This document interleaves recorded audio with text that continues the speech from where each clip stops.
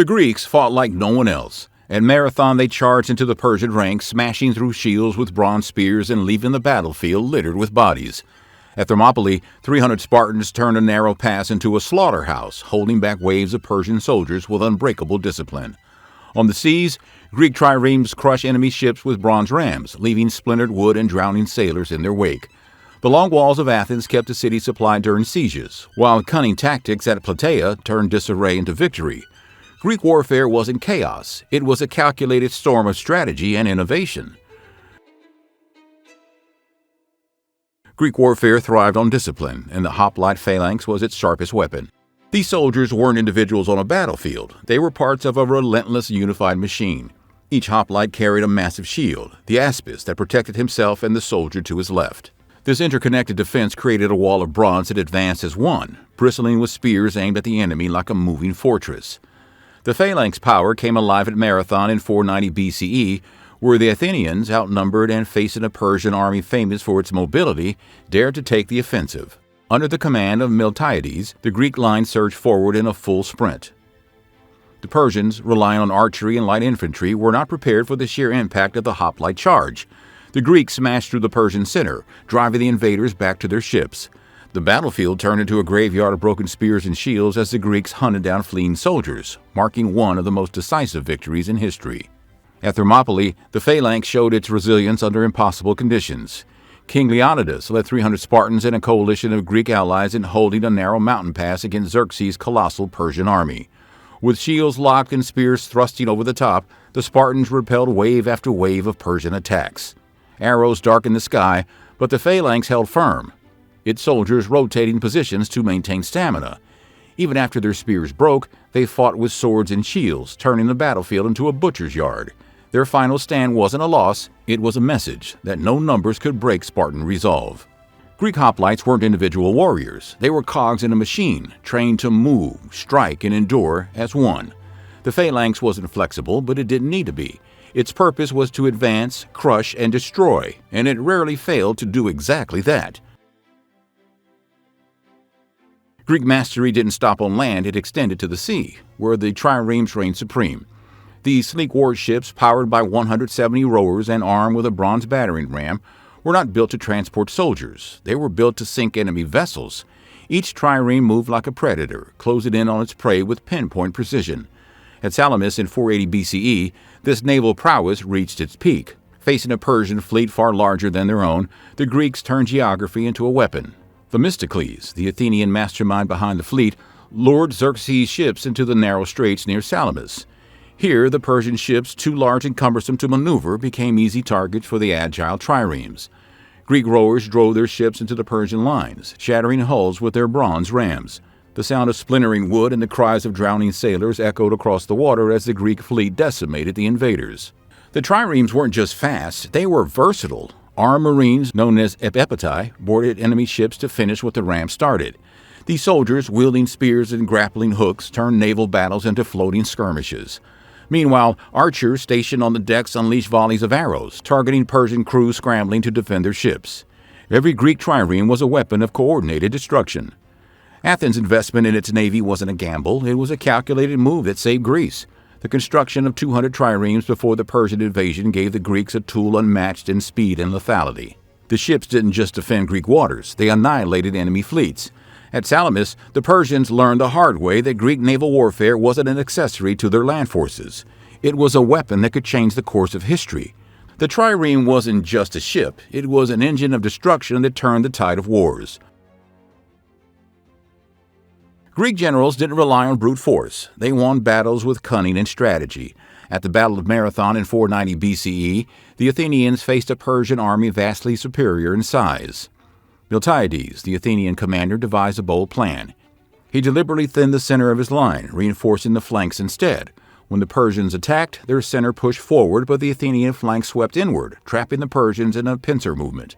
The result was a massacre. Persian soldiers, surrounded and unable to retreat to their ships, fell in droves as Athenian spears tore through their disorganized ranks. This tactical brilliance wasn't a one-time defeat. During the Persian invasion of 480 BCE, Greek forces demonstrated unparalleled coordination. At Thermopylae, the Spartan king Leonidas chose the narrow pass to neutralize the Persian numerical advantage. Xerxes' massive army could attack only a few soldiers at a time. Day after day, Persian soldiers charged into the Spartan phalanx, and day after day they were cut down. The Spartans, led by Leonidas himself, fought with precision, rotating fresh soldiers to maintain their strength. Even when betrayed and outflanked, the Spartans stood their ground, fighting to the last man and buying the Greeks critical time to regroup. The climax came at Plataea in 479 BCE. The largest Greek hoplite army ever assembled faced Mardonius's Persian forces. The battle turned into chaos when Greek lines became separated during a nighttime retreat. Mardonius, sensing weakness, ordered a premature attack. The Greeks regrouped, with the Spartans taking the lead. Their disciplined phalanx smashed into the Persian center, breaking it apart. Mardonius was killed, and his army crumbled, retreating into disarray. Plataea marked the end of the Persian invasions, a victory secured through Greek strategy and cohesion. Greek siege warfare was a brutal, calculated battle of endurance, where innovation and patience decided the outcome. In early conflicts, fortified cities relied on tall walls and narrow gates to repel attackers, while defenders poured boiling liquids and hurled stones onto invaders below.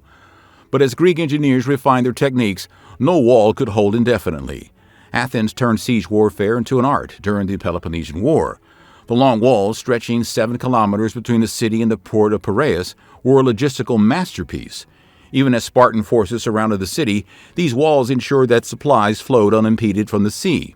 The Spartans, unable to breach the defenses or starve the Athenians, were forced to waste years in futile attempts. The walls turned Athens into a fortress that defied the traditional rules of siege and warfare. On the offensive side, Greek armies developed weapons that shattered the stalemates of early sieges.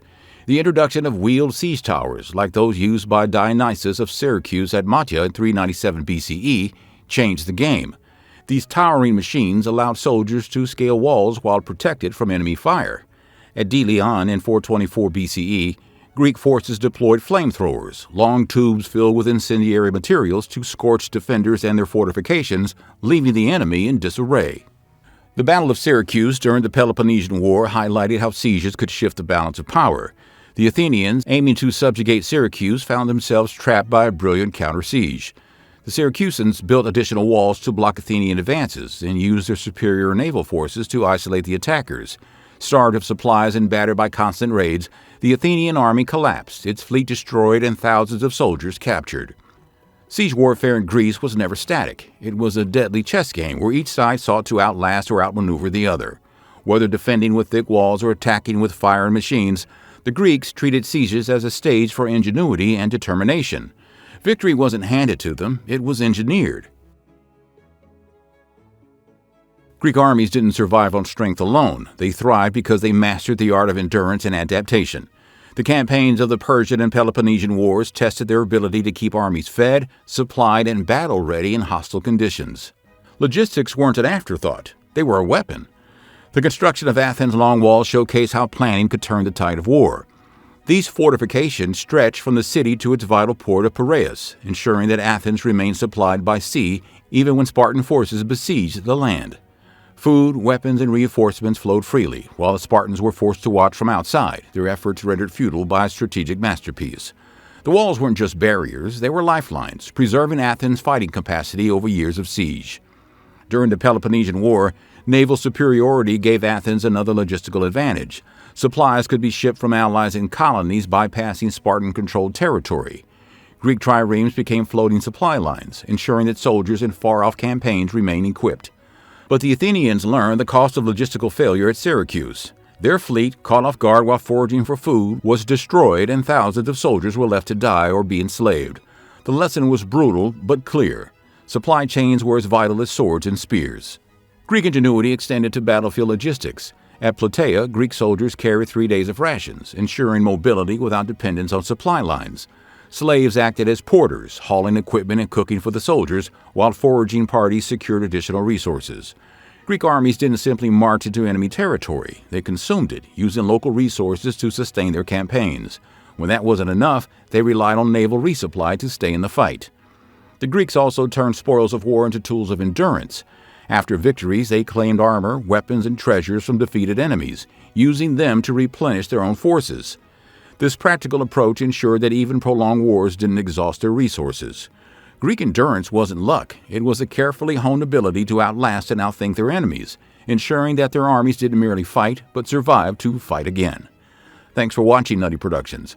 What other ancient military tactics do you want to learn about? Well, let us know in the comments, and don't forget to like and subscribe and ring the bell and share this video with a friend and all that good stuff to stay up to date on all the nutty stories from humanity's past.